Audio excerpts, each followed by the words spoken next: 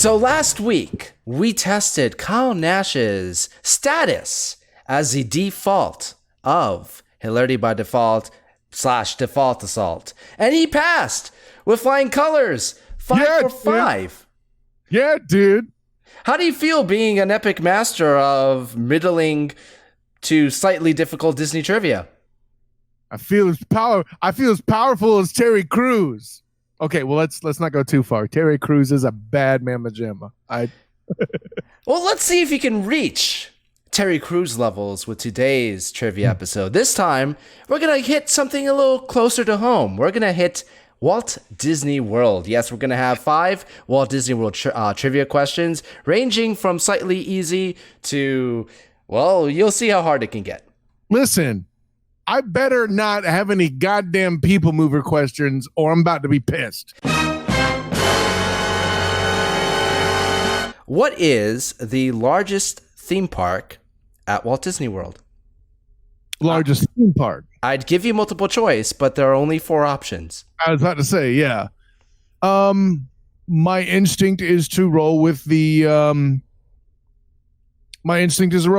Oh, well, actually, you might be trying to catch me on a technicality here, because there's plenty of reasons to think it might be the experimental prototype Community of Tomorrow.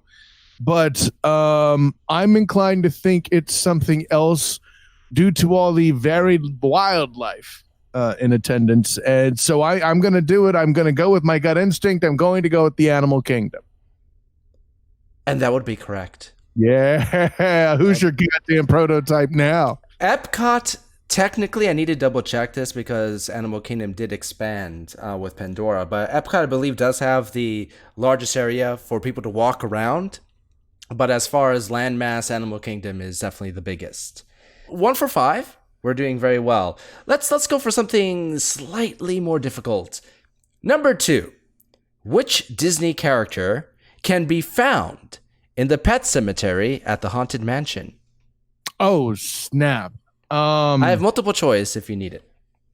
Yeah, God, I really feel like if I was left alone in a room for an hour, I could come up with it, but this is not that kind of a show. No, multiple choice, please. A, is it Cleo the fish from Pinocchio?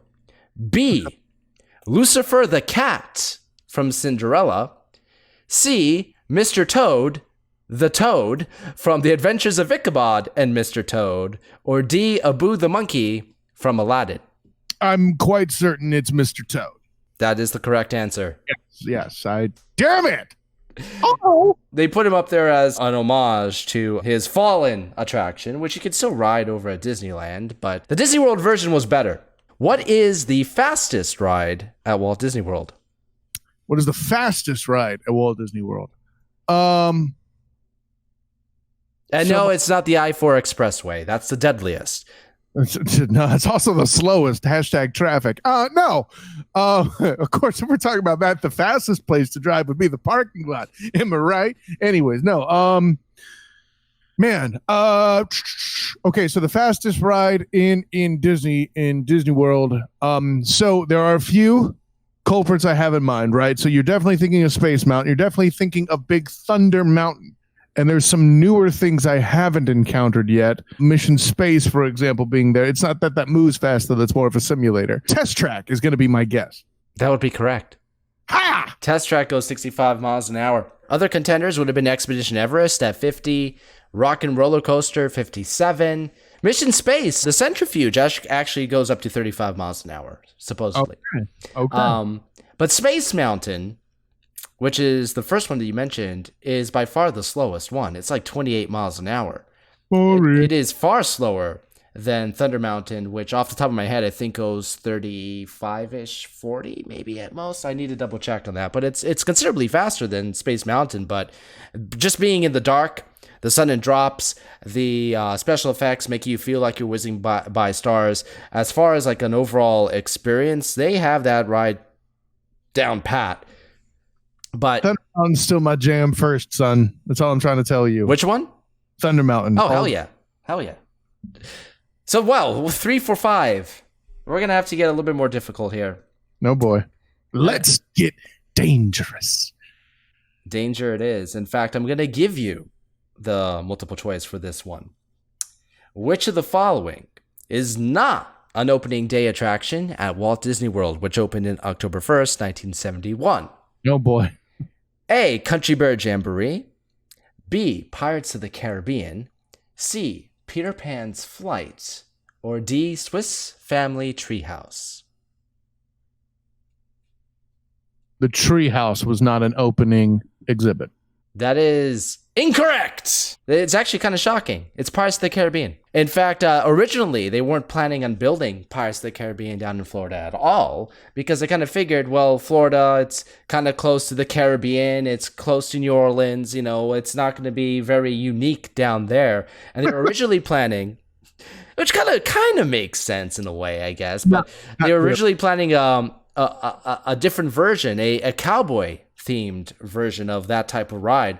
And people just kept demanding Pirates of the Caribbean, Pirates of the Caribbean. In fact, they built it so quickly that it is kind of like the Cliff Notes version of what that original ride was from Disneyland. If you go to Disneyland, the ride is much, much longer, has multiple drops, an actual ending. Riding the Disneyland version ruins the one at Disney World. What was the first attraction to open at Walt Disney World after opening day? Oh, Christ. An open attraction. Does it involve anything with... I'm kidding. No. I'm obviously going to require the multiple choice. All right. A. Space Mountain. B. Tom Sawyer Island. C. Liberty Square Riverboat. Or D. Your personal favorite, Tomorrowland Transit Authority People Mover. You're a dick. I know which one it isn't.